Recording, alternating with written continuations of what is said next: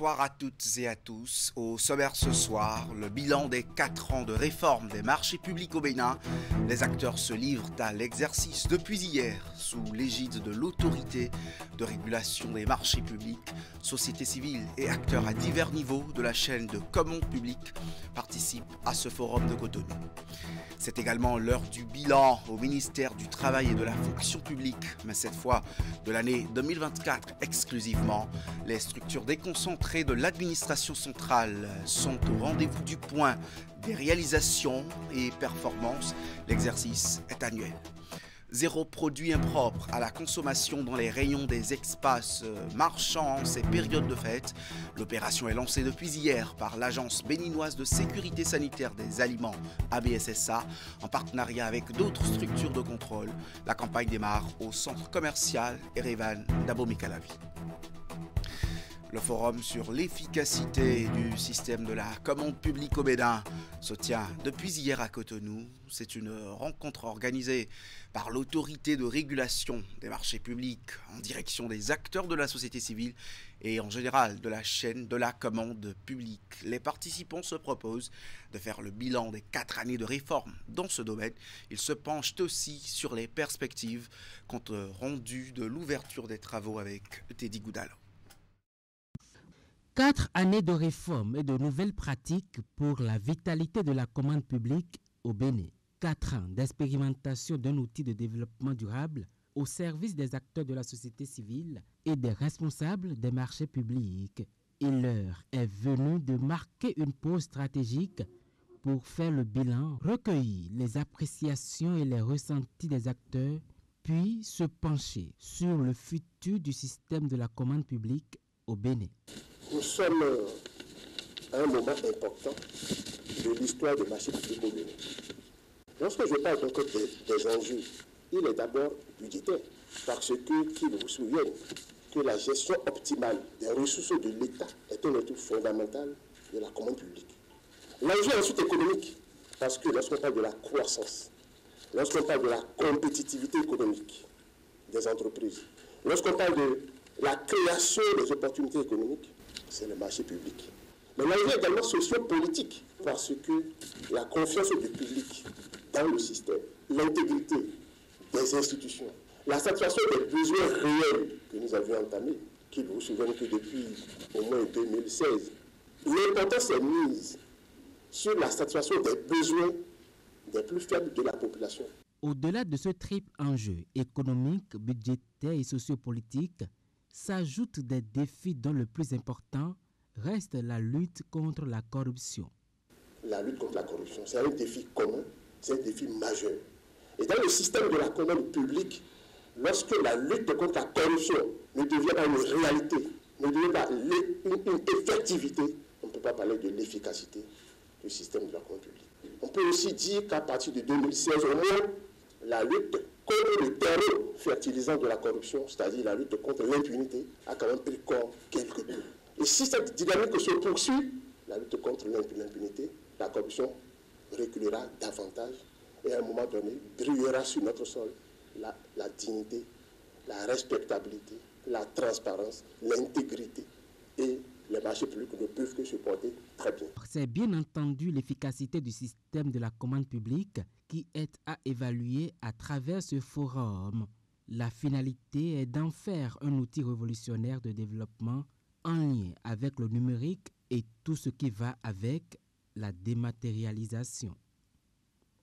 La rencontre annuelle, administration centrale et structures déconcentrées se tient depuis hier. C'est un creuset de reddition de comptes et de partage d'expériences. L'occasion est également propice au dressement du point annuel des réalisations, défis à relever et perspectives des directions départementales. Voici un extrait des propos de la ministre du Travail et de la fonction publique, Mathis Adidjatou, à l'ouverture des travaux de Cotonou. Chaque directeur départemental, comme cela a été dit tantôt, sera amené au cours de vos travaux à présenter et à défendre les performances enregistrées dans son ressort territorial. Cette démarche permettra d'apprécier la performance de chaque direction départementale à partir de la valeur ajoutée apportée à l'atteinte globale des objectifs de la performance du ministère. Toutes les autres structures du ministère sont appelées à s'inscrire dans la même dynamique lors des prochaines revues trimestrielles des performances, où chaque responsable d'action et de programme va exposer ses performances. En outre, j'en ferai le suivi afin que les objectifs assignés à notre département ministériel, notamment dans le programme d'action du gouvernement, soient atteints à l'heure du bilan, qui n'est plus loin. Mesdames et messieurs, je vous informe qu'il est envisagé à l'issue de cet exercice qu'une lettre de félicitations soit remise aux 3 premiers directeurs départementaux, ceux-là qui se seraient illustrés au cours de l'année par des performances remarquables. Talon nomme le collège des ministres conseillers à la présidence de la République. La décision a été prise hier en Conseil des ministres. La liste, attendue depuis janvier dernier, comporte à sa sortie 12 noms de personnalités nommés pour plusieurs sous-secteurs. Les profils en présence dans ce récit de Teddy Goudala. Longtemps attendue, la liste des ministres conseillers du gouvernement Talon est enfin rendue publique. Le décret de nomination a été adopté en Conseil des ministres le mercredi 11 décembre 2024. Sont promus Paulin Akpona, ministre conseiller aux Affaires économiques. Paulin Benou, ministre conseiller aux enseignements maternels primaires et secondaires. Expédie Kodjo Wessou, ministre conseiller à l'enseignement technique et la formation professionnelle. Au poste de ministre conseiller à l'enseignement supérieur et de la recherche scientifique, Sedami Menegan Fagla. Mariam Djaouga Saka, quant à elle, est nommée ministre conseiller aux affaires sociales et au travail. Au niveau du secteur santé, Claudine Afiavi Prudencio est promue ministre conseiller. Rachidi Gbadamassi est nommé ministre conseiller à la défense et à la sécurité. Jacques Ayadi, quant à lui, occupe le poste de ministre conseiller aux infrastructures, à la gouvernance locale et au cadre de vie. Janvier Yawedeu, ministre conseiller aux services publics. Gilbert Deoumalé s'occupe de la justice et les relations extérieures. Au poste de ministre conseiller à l'agriculture, on retrouve Sakakina Biogera. Et en dernière position, Aïbatin Jonas Rantan est le ministre conseiller au tourisme, à la culture, aux arts et au sport. Le décret 2024-006 du 9 janvier 2024 confère au Collège des ministres conseillers au Bénin un rôle stratégique au sein de l'appareil gouvernemental. Les ministres conseillers sont placés sous l'autorité directe du chef de l'État. Ils sont appelés à contribuer à la définition de la politique gouvernementale. Ils participent activement à l'élaboration des politiques sectorielles et à la préparation des discours politiques, apportant ainsi leur expertise et leur vision stratégique. Ils vont également assurer le suivi de la mise en œuvre des politiques publiques. Ils sont chargés de suivre sur le terrain la réalisation des projets, réformes et programmes gouvernementaux en étroite collaboration avec les ministères sectoriels. Ils vont également fournir des conseils stratégiques au chef de l'État. En se renseignant sur toutes les facettes d'une situation donnée, les ministres conseillers sont en mesure de proposer des solutions pertinentes et de contribuer à la prise de décision. Enfin, ils peuvent également représenter le gouvernement dans certaines instances. Ils participent aux réunions interministérielles et aux activités du Conseil des ministres, agissant ainsi comme des relais entre le chef de l'État et les différents acteurs gouvernementaux. Des migrants béninois en Guinée reviennent au pays. Ils sont une cinquantaine de personnes accueillies cette semaine à l'aéroport international Cardinal Bernardin Ganti. C'est le gouvernement du Bénin qui les a rapatriés à la suite d'une immigration clandestine. Les détails avec Florence Possa.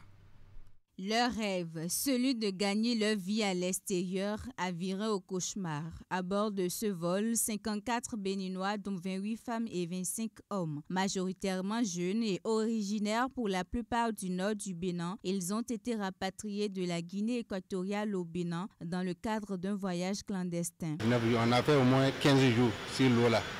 Comme on a vu que ça n'allait pas, on a dit les apprentis de nous ramener au Nigeria.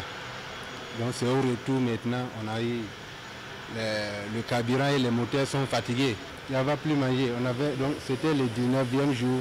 Donc avec la vague de l'eau, les mouvements, donc ça poussait la pirogue vers le bord de la mer. Et c'est là où on a eu fait accident. Donc quand on a fait accident, certaines sont mortes. Nous on s'est sauvés. Bon, quelques heures après, on a vu les soldats guinéens qui sont venus aussi nous secouer. Je suis dans cette aventure qui s'est mal tournée. Donc, je suis ici pour dire à mes soeurs, je vais les conseiller seulement de ne plus aller dans cette aventure. Il vaut mieux de rester chez nous, de gagner un peu là. Ce qui s'est passé chez nous là, si Dieu n'était pas avec nous là, on ne serait pas là aujourd'hui. Et je remercie aussi le gouvernement qui nous a aidés à retourner chez nous, de ne pas fâcher contre nous. C'est les moyens qui nous poussent à aller ailleurs. Donc, il n'est qu'à nous pardonner. Le rapatriement est totalement financé par le gouvernement béninois, ceci par l'entremise du ministère des Affaires étrangères. Cette opportunité a été offerte par le gouvernement du Bénin. C'est le gouvernement du Bénin qui a décaissé les fonds publics pour affréter ce vol sous le leadership du ministre des Affaires étrangères pour que vous puissiez arriver à Cotonou. Nous souhaitons vivement que vous ne reprenez plus ces risques au péril de votre vie. Vous-même, vous avez vu comment vous avez été traité en Guinée équatoriale.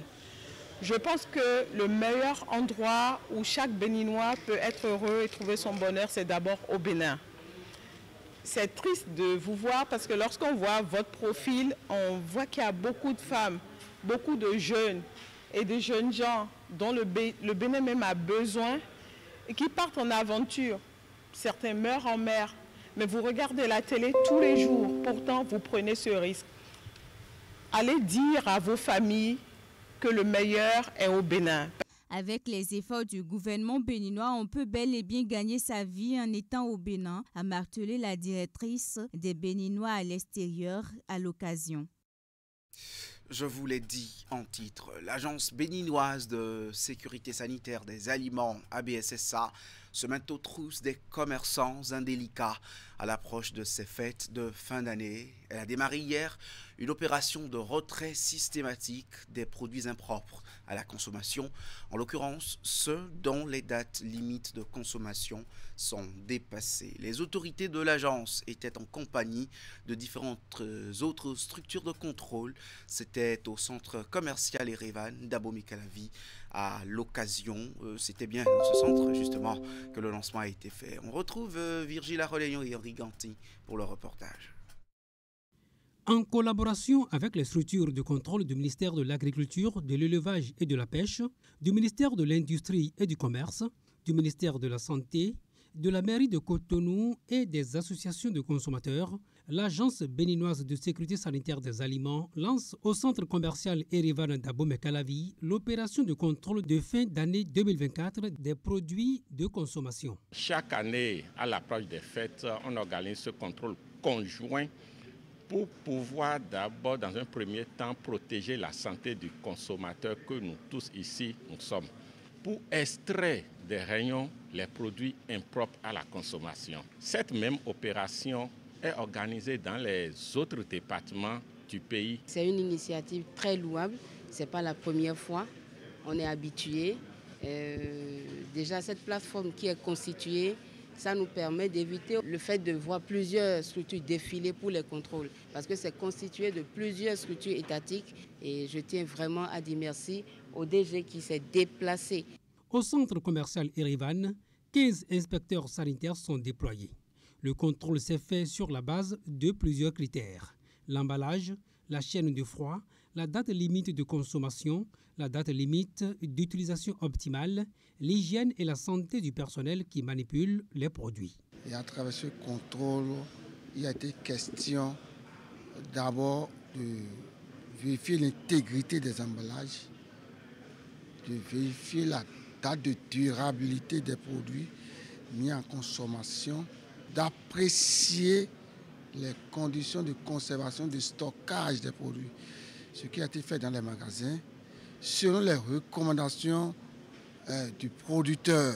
Cette même opération est organisée dans les autres départements du pays par les directions départementales de l'agriculture, de l'élevage et de la pêche, en collaboration avec les DEDIC, les DDS, les mairies et les préfectures. L'opération de contrôle de fin d'année des aliments de consommation a démarré le 9 décembre dernier et se poursuit jusqu'au 31 décembre 2024. Les lauréats du concours Meilleures enquêtes des médias sur la corruption sont connus. Jacques Degbé, journaliste du groupe de presse Fraternité, notre collègue, vient en tête de ce concours en journalisme d'investigation. Il est initié par le consortium ONG Alcré, Social Watch Bénin, VNG International aussi. C'est à travers le programme de participation citoyenne aux politiques publiques au Bénin pour le développement économique local. La cérémonie de remise en images avec Teddy Goudalo. Jacques Degbé de Fraternité FM, Joël Sekou du quotidien Le Progrès et Asibavi Amélie Zomadin de Tado FM remportent respectivement les premiers, deuxième et troisième prix du concours médiatique dénommé Meilleure enquête des médias sur la corruption. En plus des trophées, ils reçoivent chacun des chèques de 500, 300 et 200 000 francs CFA en guise d'encouragement. Ce concours, qui est à sa deuxième édition, a été initié dans le cadre du programme de participation citoyenne aux politiques publiques au Bénin pour le développement économique local, en abrégé participe au DEL, mise en œuvre par le consortium Alcré, Social Watch Bénin et VNG International, avec l'appui technique et financier de l'ambassade du Royaume des Pays-Bas. Permettez-moi de saluer l'initiative de l'ONG Alcré qui, par ce concours, met en lumière l'importance d'un journalisme courageux, un journalisme qui éclaire, qui questionne et qui dérange parfois. Je voudrais saluer l'initiative d'investigation journalistique sur le fléau de la corruption, rentrant dans le cadre des formations que la HAV a déployées dans l'année 2025 en ce qui concerne les formations, pour mettre l'accent sur les formations diplômantes et les formations qualifiantes, notamment la version de la spécialisation qui est chère à notre corporation. La HAV va s'y engager. Cette célébration du journalisme d'investigation est couplée avec la remise officielle des versions citoyennes du compte administratif pour le compte de l'année 2023 à 4 communes. Il s'agit de Porto Novo, Semepodi, Abomey-Calavi et Soava. Version citoyenne pour permettre aux citoyens de pouvoir avoir une lecture claire sur les budgets de leurs différentes communes et de savoir quelles sont les priorités. Et il me tient à cœur de remercier très chaleureusement les autorités de ces communes pour l'engagement et pour la bonne gouvernance. Ces représentants des communes bénéficiaires de cet outil sont appelés à exposer ces différents supports qui renseignent sur les prévisions et réalisations au profit des citoyens. On reste avec les médias. Le secrétaire général du syndicat des travailleurs de la Société des radiodiffusions et télévisions du Bénin a été reçu en audience par le président de la Haute Autorité de l'audiovisuel et de la communication. Armel de Soukago a discuté des avancées attendues dans le cadre de la réforme structurelle des médias souhaitée par le chef de l'État. Les échanges ont été cordiaux entre Édouard Locaux et son hôte. Un bout des propos de Armel de Soukago à sa sortie d'audience au micro de Jules Echo et d'Aaron Kwevi. C'est depuis la première mandature dirigée par Meïro Doussa René. C'est pour la première fois, sinon c'est pour la deuxième fois après Meïro Doussa, que un professionnel des médias dirige la RAC. Nous sommes déjà venus lui faire nos civilités et lui présenter aussi nos félicitations au nom de nos collègues de la SRTB. Et dans le même temps, nous sommes venus lui dire merci aussi pour ses premiers pas, parce que nous, on est très satisfaits de ses premiers pas. Mais d'un autre côté aussi, nous sommes venus parler avec lui des réformes à la SRTB. Nous avons élaboré au niveau de notre syndicat, nous avons élaboré un document stratégique. Et donc nous sommes venus lui remettre officiellement ce document et échanger avec lui sur les réformes. Vous devez savoir aussi que le chef de l'État a demandé à la RAC de mener des réformes. Et donc nous avons demandé à ce que la RAC puisse avoir un œil quand même sur ce qui se fait à la SRTB pour le bien de tous. Comme je vous l'ai dit, c'est une satisfaction totale d'avoir la tête de la RAC, un professionnel des médias. Et donc, lorsque vous avez un professionnel des médias, c'est beaucoup plus fluide. Et donc, même avant de venir à cette audience, nous avons déjà commencé par échanger avec le président. Et il s'est montré très disponible d'ailleurs pour accompagner les réformes à la SRTB, à s'améliorer et à donner le meilleur d'eux-mêmes comme le chef de l'État l'aurait souhaité. Et ce sera tout pour ce 19h30. Merci de l'avoir suivi.